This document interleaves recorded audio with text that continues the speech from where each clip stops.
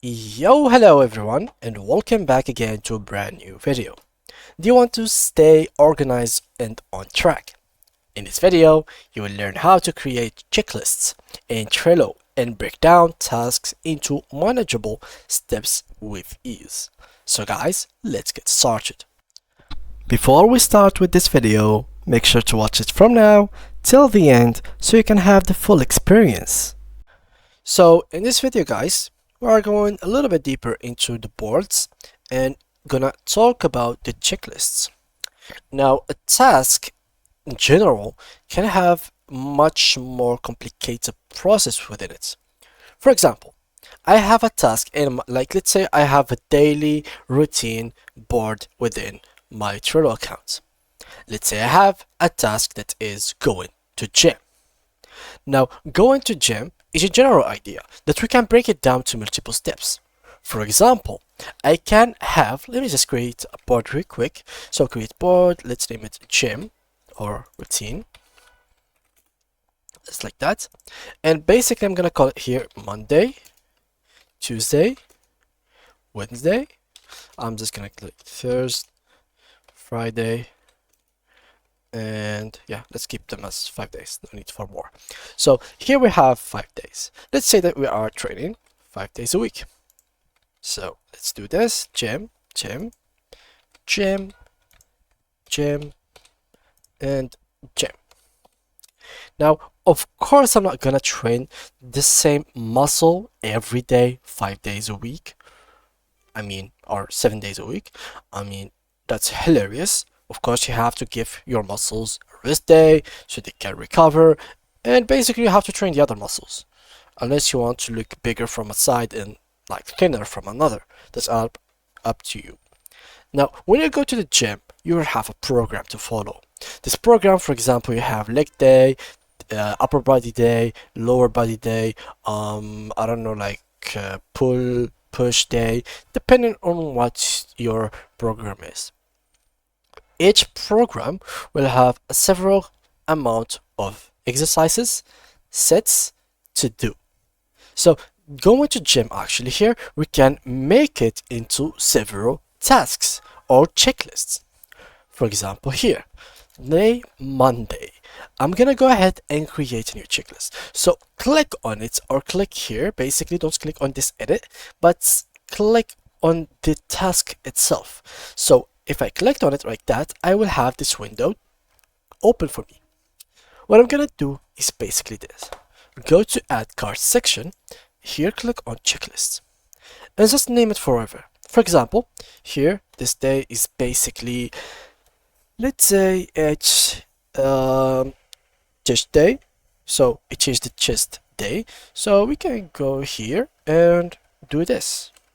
Bench press. As you can see here, we have bench press added as a checklist.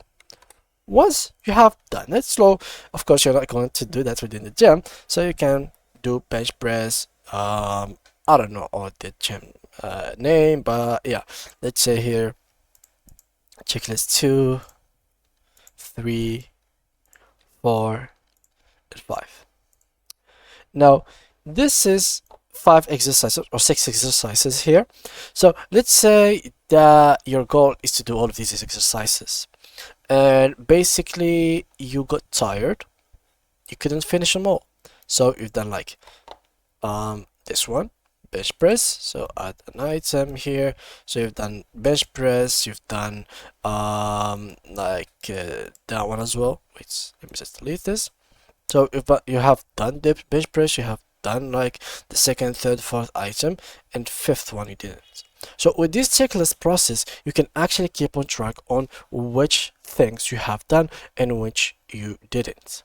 So this is a very important thing to understand in Trello in general. Checklists are basically tools to break down the tasks to multiple things so you can understand in which process or which step are you in and understand which you didn't do or arrive to. With that, you can generally fix your program, fix the process of that task itself to make it manageable for you. Now, this is a bad example maybe for gym, so we can give another example with something else. For example, let's say you have a company that is have a production of a product. So the production of a product is basically something that is general. Now it has to be maintained by multiple steps. For example, first of all, the idea of the product. Then we have to get design of the product, and basically what's like how many things that we're going to products. There's a lot of things to actually have as checklists. So the production itself is very general. The same thing goes, for example, making a website. So making a website is a general thing. We have to go through the back end, front end. In case you had a store, then you have to add payments. You have to add the product itself to the page. There is a lot of details that you have to do within that task. That's why checklists are very, very crucial things, and making yourself familiar with them is very important so you can make your communication within your team much more easier. Imagine without communication, you just have to click right here and check. All right, so my team has arrived to this step. Okay, so they have almost done with the back end. That's great. Oh, now I did the bench press, I did this and this, but I couldn't arrive here. There must be something that I can do about it. For example, either remove it or replace it with another exercise, or basically just lower the intensity of other exercises so you can manage to basically have a full training of the full muscle of the chest or something like that. So this is where checklists are very important for.